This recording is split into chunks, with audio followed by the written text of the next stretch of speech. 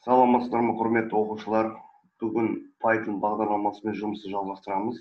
Бүгінгі біздің тақырыбымыз for циклі. For циклі бізде арнайы формуласы бар. Яғни for кез келген айнымалы in объект қос нүкте цикл денесі. Осы біздің конструкциямызды, яғни біздің формуламызды сіздер міндетті түрде жаттап алуларыңыз қажет. Жалпы for циклі бізге не үшін қажет? For циклі көбінесе қатарлармен жұмыс жасайды екен. Осы қатарлармен жұмыс жасау процесін бізде итерация деп аталады. Біз алғашқы кезде біз if, else, elif шартты операторымен және while шартты операторымен жұмыс жасаған кезде ол жердегі процестерде бізде қандай да бір шарт орындалғанша сол процесті бізге Python бағдарламасы шығарып беру керек еді. Қай кезге дейін? Bir шарт орындалғанға дейін. Яғни бұл процесте итерация деп аталады. Бүгінгі for шартты циклде ол да итерацияға бағынады екен. Сондықтан осы формуланы жаттап алуларыңыз қажет. Енді біз бүгін range функциясымен жұмыс жасаймыз. Range функциясымен. Range функциясы бізде не болып табылады екен? Біздің объектіміз болып табылады екен. Ал біздің цикл денеміз бізде не болып табылады екен? Бізде print функциясы болып табылады екен. Қайталап айтамын. Біздің объектіміз ол бізде range функциясы болып табылады. Ал біздің цикл денеміз бізде print функциясы болып табылады. Енді біз ideal'ды ашайық. Жаңа құжатты құрайық. Және осы біздің Word'та тұрған мұна формуламызды осы ideal'ға жазып көрейік. Яғни ең әуелі бізде не кетеді? Қарап отырсақ, бізде for кетеді. Сондықтан жазамыз. For келесі бізде кез келген айнымалы. Python бағдарламасында айнымалыны көбінесе I әрпімен белгілейді. Одан кейін яғни енді жазамыз. Және біздің объектіміз бізде не болып табылады екен? Бүгін айтып кеткен range функциясы болып табылады екен. Немесе оқушылар. Мысалы, осы range функциясы ішінде мен қандай да бір санды ала салайын. Мысалға 5. Енді объекттің артында қарап отырсаңыздар қос нүкте тұр. Демек range'ден кейін қос нүктені қоямын. Одан кейін бізде цикл денесі ретінде print функциясы жүреді. Жазамын. Print. Біздің айнымалымыз мысалы I. Қазір осы бағдарламаны біз жүргізіп көрейік компиляцияда. Бұл құжатты сақтай ба деп тұр. Қазір құжатымызды сақтай салайық. Мысалы 34 деп сақтай салайық. Яғни бізде 0-ден 4-ке дейінгі санды бұл не істеді? Біздің программамыз шығарып берді. Біз бұл операцияны, яғни итерацияны, бұл қатарды, жаңа айтып отырмын ғой, қатар 5 санды алған кезде 0-ден 4-ке дейін шығарып берді. Мысалға біз мына жерде басқа санды алатын болсақ, өзгертіп көрейікші мысалы. Біз қандай мән алады екенбіз. Мысалы 6-ны алып көрейік. Енді қайта жүргізіп көрейік. Енді 0-ден 5-ке дейін шығарып берді. Жалпы түсінікті ғой деп ойлаймын оқушылар. Арман қарай. Енді бұл жерде мына и әрпінің орнына біз айнымалының орнына біз тек и деп қана қоймай, қандай да бір сөз жазсақ болады екен. Мысалы, сәлем. Енді бізде сандар емес, сөйлемдер шығу керек көрейік.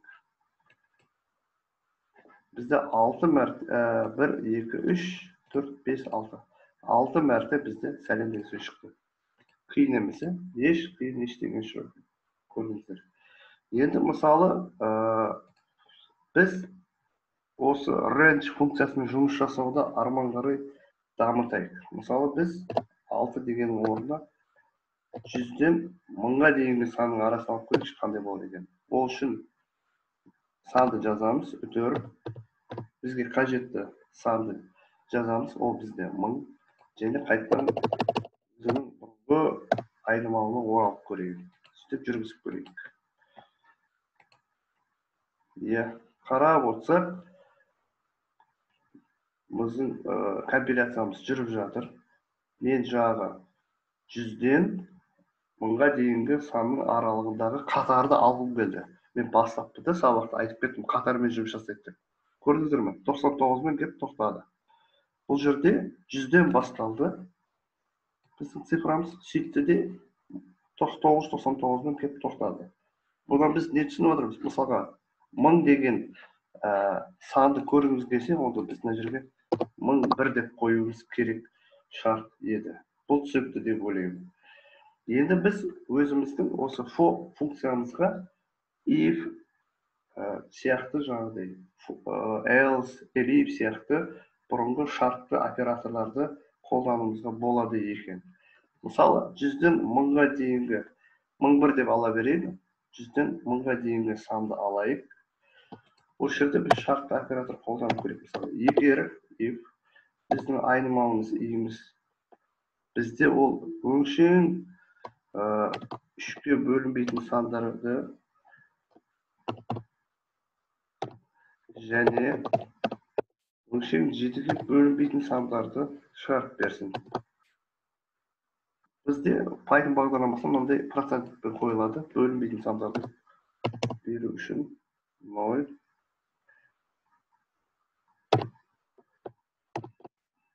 Ары қарай print I. Көрейік, бізде не байқалады екен. Бізде қате деп отыр. Қазір бұл жерде өшіреміз.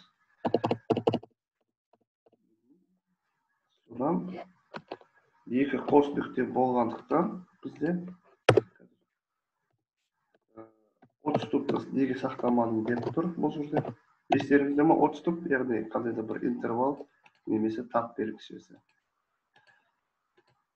Міне жұмыс істеді. Көріп отырсыздар. Бізде өңшең 3-ке және 7-ге бөлінбейтін сандарды алып тастап, бізде шығарып беріп отыр. Бұл түсінікті деп ойлаймын. Біз енді есебімізде қарастырып отырған мысалдарымызда үлкен сандарды алмай-ақ қойып, мысалға 100-ден орнына 1 деп жазайық. 11-ге дейінгі санды алып көрейік. Енді мынандай бір кереметтігі бар бұл жерде. For қатар функцияның бір кереметтігі. Қазір функциясын қосайын. Бұл жерде біз айдың жаңағыдай квадратын немесе кубын алсақ болады. Мысалы, кубын алып көрейік. Бізде не мәшін көрейік.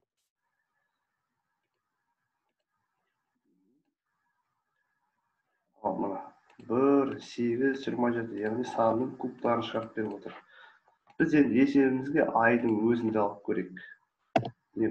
Үтір арқылы. Ай, үтір ай, оның кубы. Бізде қандай мысал болады екен, қараңыздар. Енді бізде сол алдыңғы сандар соның қатарын көрсетіп тұр, итерациясын және оның кубтарын көрсетіп тұр. Көрдіңіздер ме?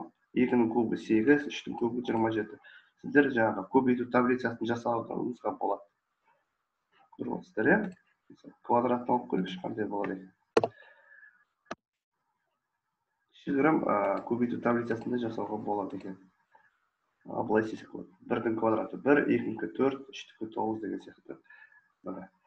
Енді арман қарай біз for шартты операторын, яғни for циклын біз жаңағыдай қандай да бір санның факториалын тапқанға қолдансақ та болады.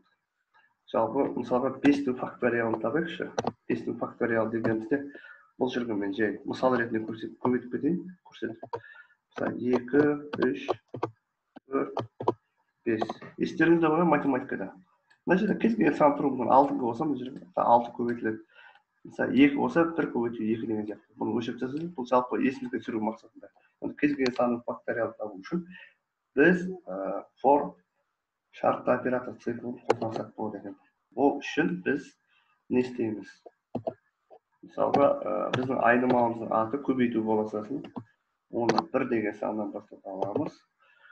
Енді бар for in есімізге бұрынғы формуламыз range және бір саты кемді аламыз, яғни 1, 6. Яғни есіңізде ме бұрын сабақтың басында біз 4 деп алған кезде 0-ден 5 деп алған кезде 0-ден 4-ке дейін шығарып берген. 6 деп алған кезде 0-ден 5-ке дейін шығарып берген. Сондықтан мен бір сан кем алып отырамын. Бір сан кешіңіздер артқа алып отырамын. Бұл маған бір сан кем көрсетіп береді. Мысалы көбейтуіміз деген айнымалымыз ол сол көбейтілген и біздің жаңағы мына итерация орындау үшін, яғни 1-ден бастап 5-ке дейінгі санның факториалын табу керек. Ол табу үшін біздің айнымалымыз өз-өзіне көбейтілу керек.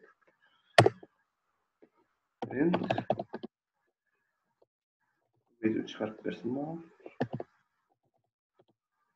Қазір жүргізіп көрейік.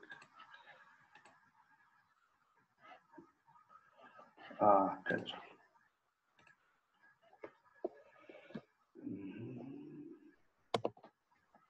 Бұлай көрсек, не мәлімет алады екенбіз? 120 көріп отырсыздар. Сонда мына жерде 5, 6 немесе 7 деп жүргеннен көрі, мысалы n-ші санның факториалын тапқым келсе, мен не істейді екен? Ол үшін мен бұның барлығын көшіремін. n тең integer функциямызды алайық. Естеріңізде ма? Енгізу операторы input. Енді жаңағы мәлімет қолданамыз. Біздің айнымалымыз көбейтуіміз 1. Тура сол жаңағы for и range функциясының ішіне кіреді. Енді мен мына жерде айтып кеткенде 1-ден n-ді қоятын болсам, бұл жерде n-ді қойсам, ол маған ештеңе шығарып бермейді.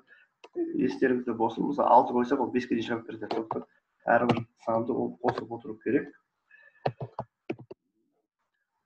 Тура мына формуламыз, оқушылар, мына формула шықты ғой, қосып те барып тұр. Енді цикл денесін жазамыз қазір. Естеріңізді шүкіртпе үшін естеріңізді салып отырмын. Тура жаңағыдай көбейтуді табу үшін, факториалды табу үшін біз көбейтуіміз керек. Көбейтуді шығарып бер факториал. Жүргізіп көрейін компиляциямызды. Мына жерге жаңағыдай бір санды енгізіп көрейік. Жаңағы мен 5. Қазір 1 минут.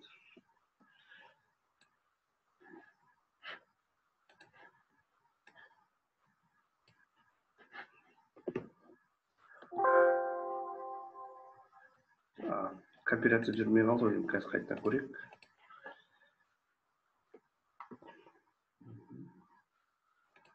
Так, run модулі. Қазір былай істейміз. Бізде шарттар толып қалды. Сондықтан жауап отырайық. Сөйтіп қайтадан басына жүргізіп көрейік. Міне жаңадан. Так, мына жерге бір сан жазып көрейік. Мысалы 5. 5-ті 120 екен. 6 мысалы. Компиляциясын. Мынаны қайтадан жүргіземін қазір. Бұл қате болып қалды. Міне былай істейміз. Мынаны жүргіземін. Мысалы кез келген санды енгізіп беремін. Бұл жерде input мысалға 10. n-ші сан кім? 10-ның мынандай болады екен факториалы. Енді компиляцияны қайтадан жүргіземін. Сөйтіп жаңадан сан енгіземін. Мысалға 7. 7-ні 5-ін 40. Дұрыс екен, оқушылар. Жалпы бүгінгі біздің сабақта біз қорытындылағанымыз for циклы бұл бұрынғы if, else, if, немесе while сияқты шарт операторының бір түрі. Бұл for циклы көбінесе көбейту таблицаларын жасауда, қатарлармен жұмыс жасауда, мысалға Фурье қатары деп жатады. Сандардың квадраттарын табуға, сандардың факториалын табуға көмектеседі екен. Бірақ бұл for циклмен жұмыс жасау үшін мына жердегі, яғни for кез келген айнымалы in қандай да бір объект цикл денесі. Біздің объектіміз көбінесе range функциясы, цикл денесі print, яғни осы формуланы жаттап алсаңыз, сіздерге жұмыс жасау оңай болады екен. Сонда for циклы бізде қатарлармен жұмыс жасайды. Бұл процесс бізде итерация деп аталады екен. Қиын ештеңесі жоқ. Өздеріңіз жаңағыдай IDL'de, PyCharm'da, Anaconda немесе әртүрлі бағдарламаларда IDL түрлерінде жасап көрсеңіздер болады. Біздің сабақтарымызға жазылыңыздар, подписаться етіңіздер, сұрақтарыңыз болса, комментарий жазсаңыздар болады. Бұл сабақ әлі де жалғасын табады. Сау саламатта болыңыздар.